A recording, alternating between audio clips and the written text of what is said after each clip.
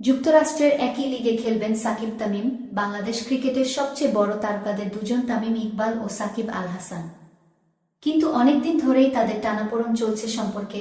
এর মধ্যে জানা গেল এবার একসঙ্গে খেলতে যাচ্ছেন তারা।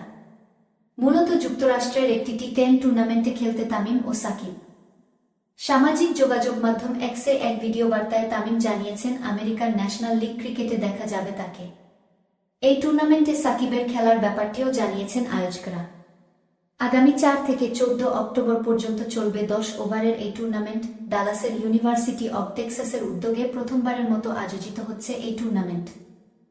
অংশ নেবে 6টি দল। টুর্নামেন্টের অফিসিয়াল এক্স অ্যাকাউন্টে প্রকাশিত ভিডিও বার্তায় তামিম বলেন, আগামী 4 অক্টোবর পর্যন্ত ডালাসে অনুষ্ঠিত হতে যাওয়া আমেরিকার ন্যাশনাল লিগ ক্রিকেটে আমি অংশ নিচ্ছি।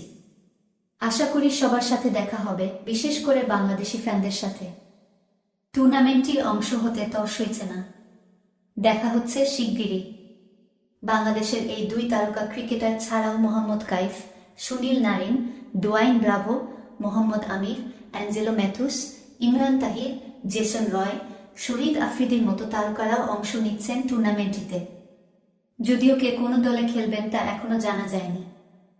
ওয়াসিম আকরাম, ভিভ রিচার্ডসের মতো ক্রিকেটাররা থাকবেন মেন্টর হিসেবে।